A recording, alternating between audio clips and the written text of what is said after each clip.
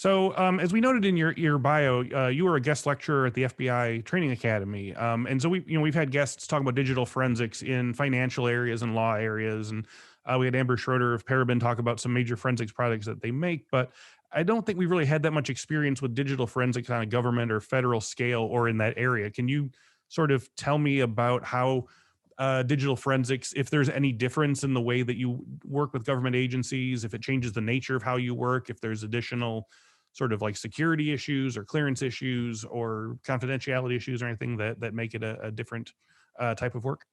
Yeah, sure. If you will directly work at a government, you do need to have a clearance, so that's normal.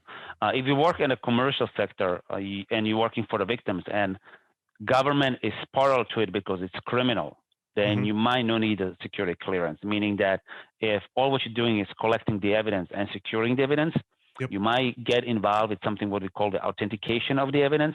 That's the federal rules of evidence.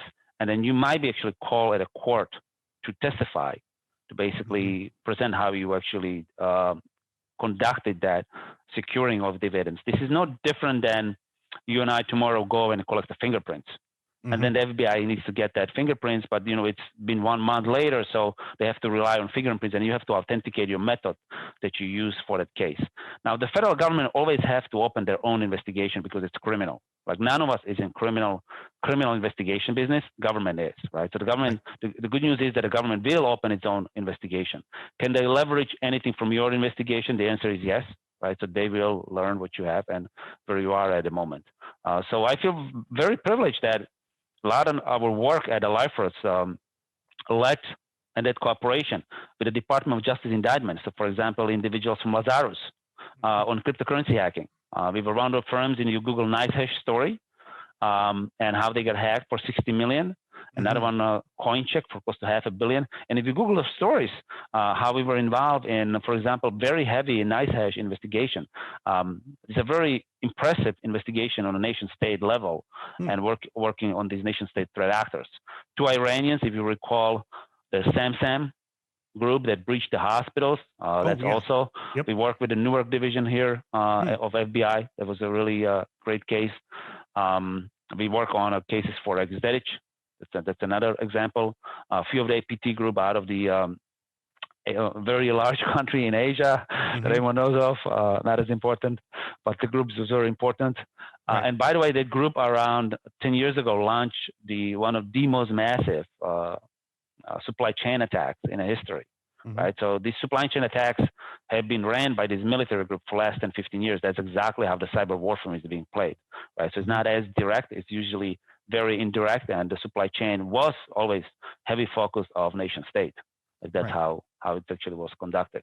But at FBI Training Academy, I feel very privileged that I was one of the selected people to speak, and the program has like 12 to 15 sessions.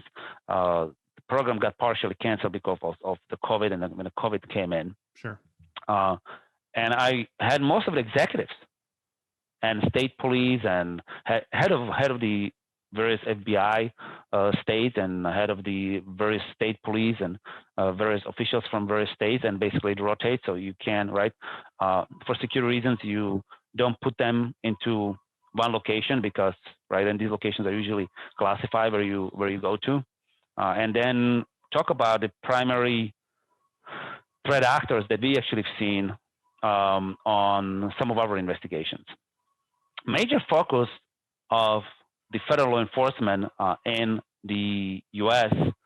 is something called business email compromise and extortion, cyber extortion. And of course, then you have a nation states, that's a separate category. But from those criminal, very large is something called business email compromise, meaning someone gets into the email system and conducts usually fraudulent wire transfers out of the company.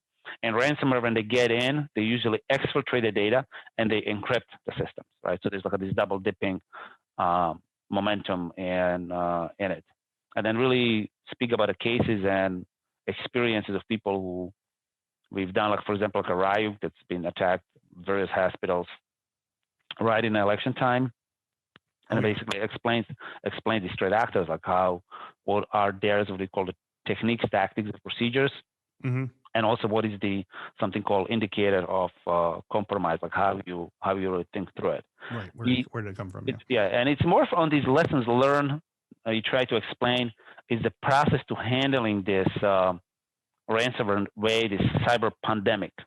And I would say the cyber is one of the industries that trying to get hold of it very well, because every strain of that virus is very different, right? So there's no universal cure here, meaning that you don't have one thing on one product that can cure all. Yes, the vendors tell you there's one product that does everything, right? Take on care of all your endpoint problems. And everything. Yeah, exactly. But any environment you come in, they usually have 40 products.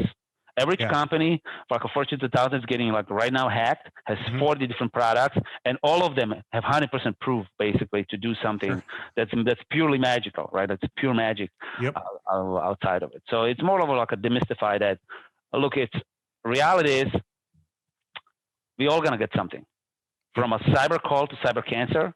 And there is no person on the planet that haven't seen doctor, in whole life. We probably gonna see the doctor. And it's just the question is that if you focus, let's say 50% of your strategy on detection and prevention, you should also plan the defense mission. And that's how you're gonna respond when something happens.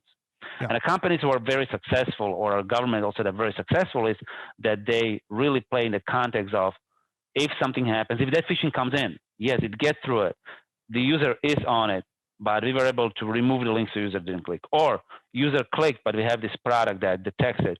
Now we isolate the computer and we isolate the problem. And then we stop this pandemic from spreading, because we had this early detection warning that yes, we have this infected system on a network. When that doesn't exist, then exactly you have a global pandemic, right? The companies at a global pandemic, everything's a global pandemic, and the threat actor basically laterally moves from a system in affecting the computers and basically the exfiltrating data. So the federal enforcement always seeking more of a wisdom of what really happened at the public sector. Right. What really happened in the private sector? And in the private sector, are they doing something maybe a little bit different, or are they learning lessons, right? The government has a much higher budget, of course, than the private sector. But are they really maybe thinking about these issues, like how they really, what's a strategy? What is their strategy to be in a business, stay competitive, deal with the business in a compromise, deal with the ransomware, and what are the real stories that someone who is doing this type of forensic investigation actually seen, and how we are really advising these clients going forward. That's the one piece. Second piece is also demystify this conversation with the federal enforcement, right? Like something happens to you, or FBI is going to send 2 cars, 8 agents going to appear in the office. And the answer is no. Government is busy too. Government actually heavily relies on firms like us to do that collection. The government heavily relies on the firm to provide them the evidence. And the government actually doesn't care, as long as the firms know what they're doing, that the evidence is being provided to the government. And then they can run their own investigation. And they can come in and do their own work. New episodes of the CyberWork podcast are available every Monday at 1 p.m. Central. And don't forget to check out our hands-on training series, CyberWork Applied. Each week, expert Infosec instructors teach you a new cybersecurity skill and show you how that skill applies to real-world scenarios. Go to infosecinstitute.com/learn to stay up to date on all things CyberWork.